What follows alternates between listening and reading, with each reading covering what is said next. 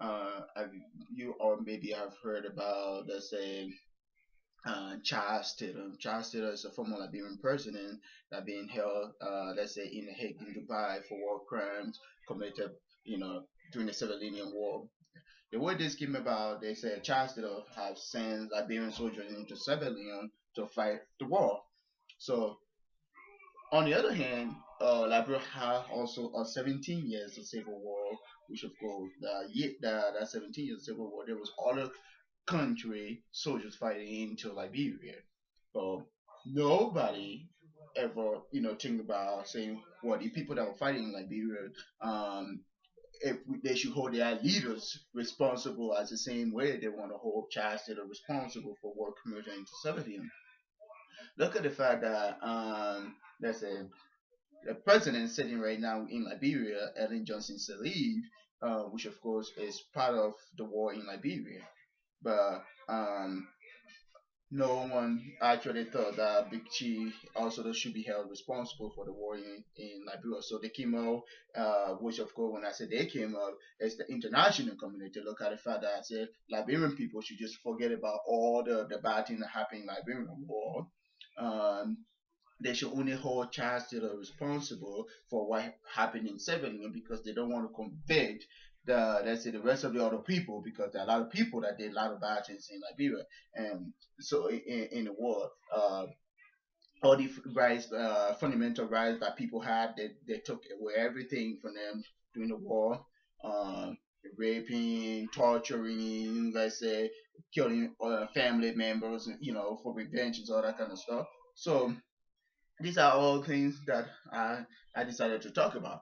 Um, you might have, all of you, probably maybe don't watch international stuff and stuff like that, but I'm telling you this stuff because basically I watched this happen.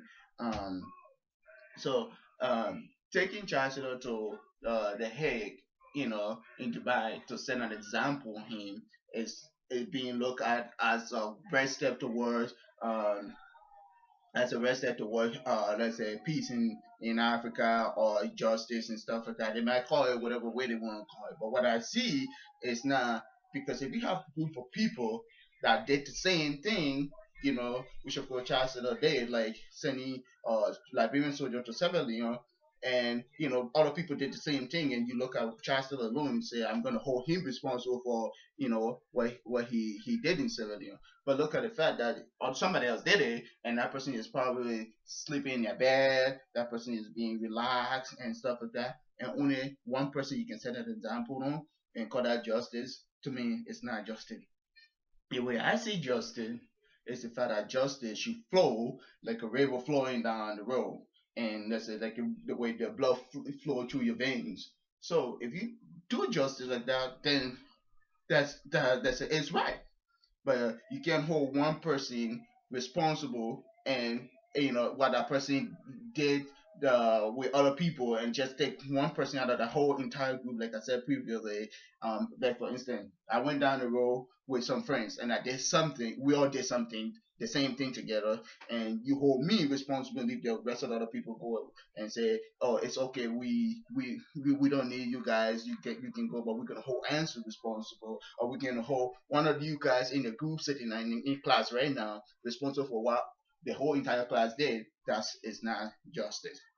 And I also talk about something in my paper, which of course, marital rape in Liberia is a big problem. Okay, looking at the fact that rape, especially always, most of the time, happening against women. Women get raped and stuff like that. But at the same time, we should know that some women do go out and try to get men into trouble by lying. So I think in Liberia, what it's talked about is like most of the time when you are found guilty of rape, you go get that's the capital punishment, which is the death penalty. So giving somebody a death penalty, I think they need to slow down on that, because look at the fact that Liberia looking at, let's say, marital rape to be, because husband and wife, they are together, they live together.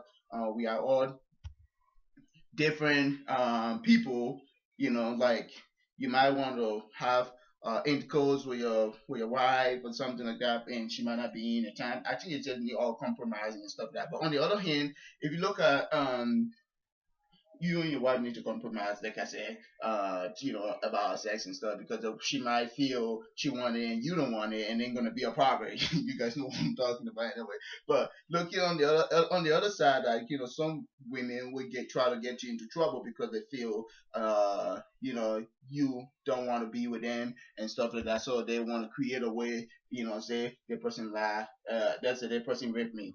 So I think rape cases should be reported immediately because I saw what happened in April once, which was this girl, uh, her family know that this guy came from a very wealthy background. His family had money, so what the parent wanted to do was, tell the girl to, lie on him and say he raped you, so that we can actually get money from the kids and stuff like that. So basically, the family wanted to use the daughter to get money. So they went and told the police that they got raped her. So what they did was they went and got this guy immediately and put him in jail.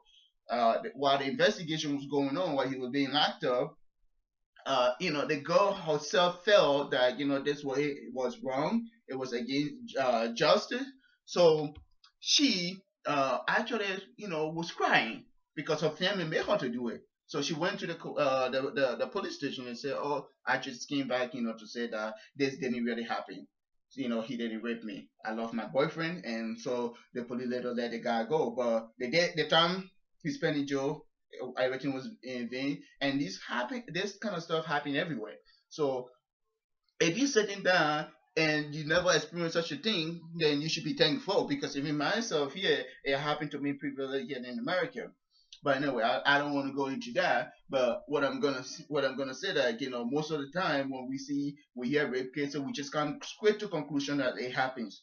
That should not be that case. We should investigate. Should be reported immediately to find if there is evidence that it happens completely and be 100% accurate or 99% accurate, before you convict someone. Because putting somebody in jail for them not doing something is wrong. It's completely wrong. That's injustice. That value, that's fundamental right, because they're gonna be telling you I didn't do it, and you basically not listening to their rights, to expression. You just based on what you know and convict them. That's wrong. And I also talk about something in my paper, which was there's a radio broadcasting stations in Liberia, Radio Verita.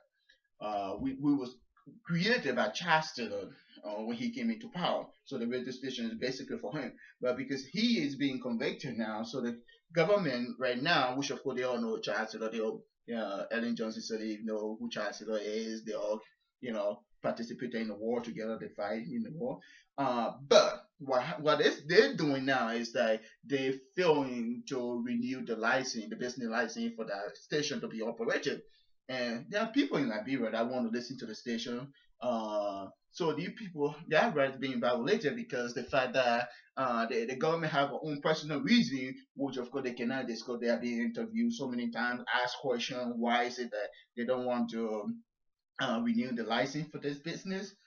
They can come up with any concrete reason for why they decided not to renew the license, which of course it also violated the station fundamental right, because the Constitution does not say that government can ban business from people from carrying on their business that they want in Liberia. It also gives them the freedom to promote the kind of business they want to have into the government. The government should be able to give them their right to be able to operate the station. So knowing that the government cannot come and tell them the main reason, which of course that's violated their law, their rights completely. So it just a lot of rights, being violated in Liberia. You see police officers on the side of the road taking let's say money, bribery going on from people. Like if a police officer pull you over and say and give me some money and you don't give them money, they can pack you for the whole day. That is complete injustice. It violates your right. because you are running business and somebody detain you because you didn't give them drive. So that those are all kind of stuff that I wanted to talk about mainly. So again, I'm gonna say thanks very much for listening to this video. Um, if you have questions, I'll be standing on the side to answer any question that you may have about this video. I'm very, very glad that you guys are watching this and know that these things I talk about, those are all real things. They happen into society, and we should keep our eyes open up for those stuff that happen every day life. Thank you. Stand up for your right. Get up, stand up. Stand up for your right. Get up, stand up. Stand up for your right. Get up, stand up. Don't give up the fight.